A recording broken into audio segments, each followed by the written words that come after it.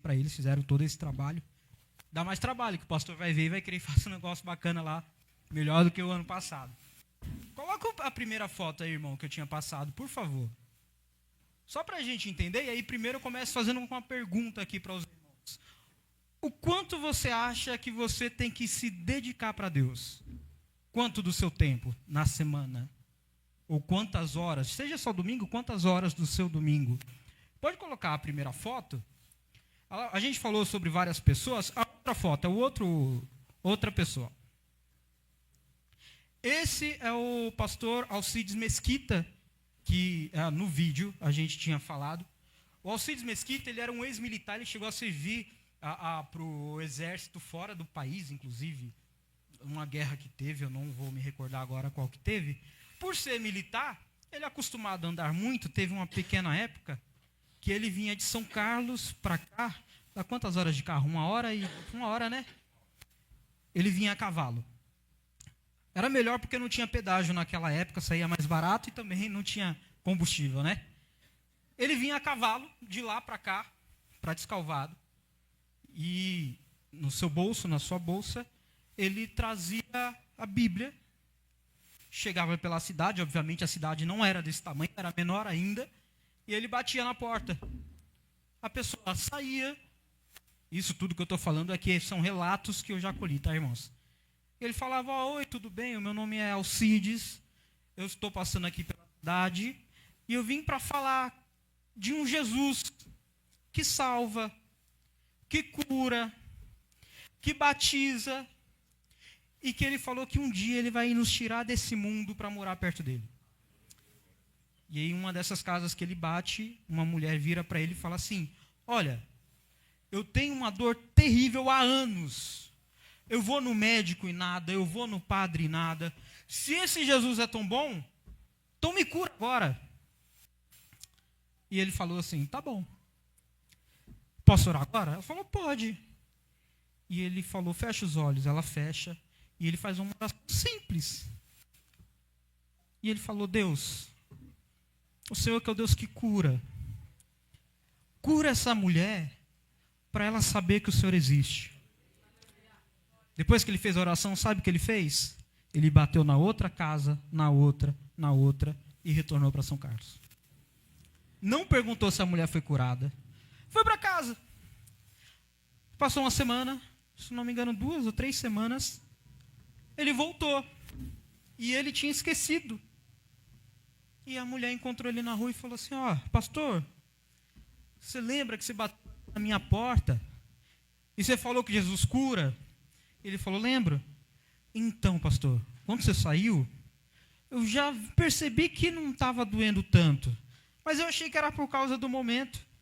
Mas passou outro dia, passou outro. E agora que você voltou, eu quero te dizer que eu fui curada para a honra e glória do nome do Senhor. E aí essa mulher falou: eu quero congregar nessa igreja. E aí começa, trocar? E aí começa. E aí começou um, começou outro. Até que esse irmão José Rosa, ele decide doar o terreno para a igreja. E só para a gente contextualizar aqui, até para o pastor, nós temos a nossa igreja sede como a igreja mãe, que foi a primeira, e a partir de lá nós tivemos as filhas, ou as filiais. A igreja de Brotas seria a filha de número 3, que seria as mais velhas. É a sede, em São Carlos, depois de Tirapina, de 42, depois de Escalvado, que é de 52, e depois aqui, que é de 54. E esse irmão doou o terreno, então agora você tem um lugar para cultuar. Até então era batendo nas casas. O que acontece? Você tem o lugar, mas você não tem um templo. E como a imagem que mostrou em um certo momento era exatamente isso. Os irmãos mais antigos aqui que forem dessa época devem se lembrar. Era um bambuzal que tinha, e no final da tarde, por detrás do bambuzal, onde o sol batia por trás e fazia uma sombra, os irmãos faziam um culto ali no período da tarde. E começou. Por muito tempo ali fizeram os cultos dessa maneira. Coloca a outra foto, o segundo homem, que foi o primeiro, né? Até que veio esse, que inclusive para quem segue lá a página Histórias AD São Carlos, no Instagram e no Facebook, quase todo dia eu coloco algum pedaço da história. Esse homem, o pastor Teófilo Pereira. Irmãos, é só Deus, parece que o Espírito Santo fala assim, ó, pesquisa sobre essa pessoa. E eu pesquisei hoje, do nada eu achei a certidão de óbito dele, a gente tem pouca coisa dele. Nasceu em 1901 e ele veio então agora para começar a construir o primeiro templo, que era pequenininho. Como a gente diz até no vídeo, media 7 por 10, cabia cerca de 30 pessoas na igreja, hoje tem muito mais do que isso.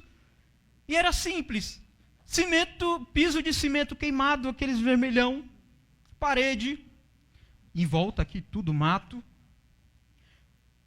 moscas, à noite tudo escuro, não tinha energia elétrica, era um lampião que se tinha com querosene, e os irmãos vinham para cantar e dizer que o Senhor salva, cura, batiza com o Espírito Santo e um dia vai nos voltar.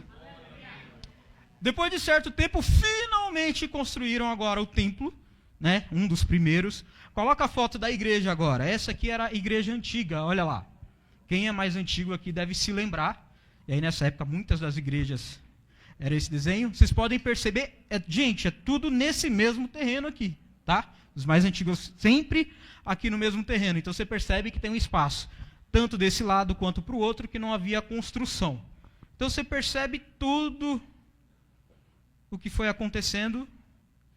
Eu não sei quantos anos você tem, e é importante a gente saber da história, que hoje em dia tem muita igreja surgindo por aí. E você pode ter o orgulho e a certeza de falar, a minha igreja tem história, ela tem doutrina, eu sei o que ela acredita, eu sei o que a minha igreja prega, eu sei de todos que passaram, tanto que aqui nós temos o pastor Josias, que já dirigiu aqui, pastor Enéas. O pastor Enéas é impressionante, eu estava até falando, toda igreja que eu pesquiso, o pastor Enéas dirigiu, quase todas. Pastor Enéas, quem mais que dirigiu aqui também? Teve mais alguém? O pastor Josias?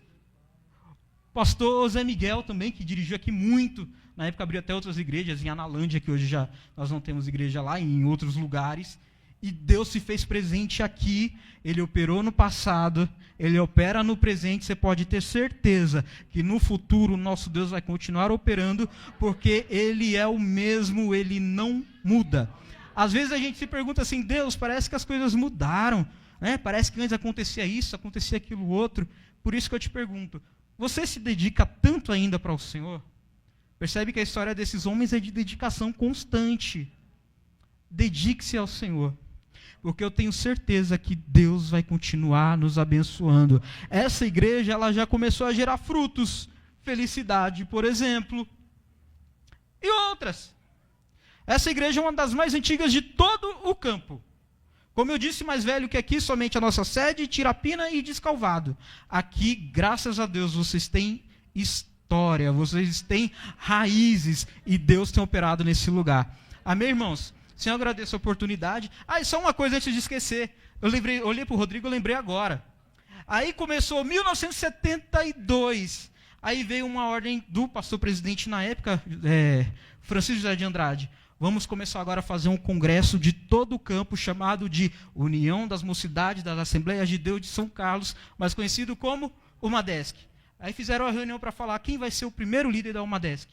Saiu daqui, o Paulo Carcanho, que era daqui, foi o primeiro líder no primeiro congresso em 1972. E o mais interessante, quem veio cantar nesse congresso foi o Oséias de Paula, quando estava lançando ainda o Sem Ovelhas. Ele não tinha lançado ainda. Ele cantou nesse congresso, quem é antigo deve se lembrar, ele cantando Eram Sem Ovelhas, e o nome de Deus foi glorificado. Amém? Assim eu agradeço a oportunidade em nome de Jesus.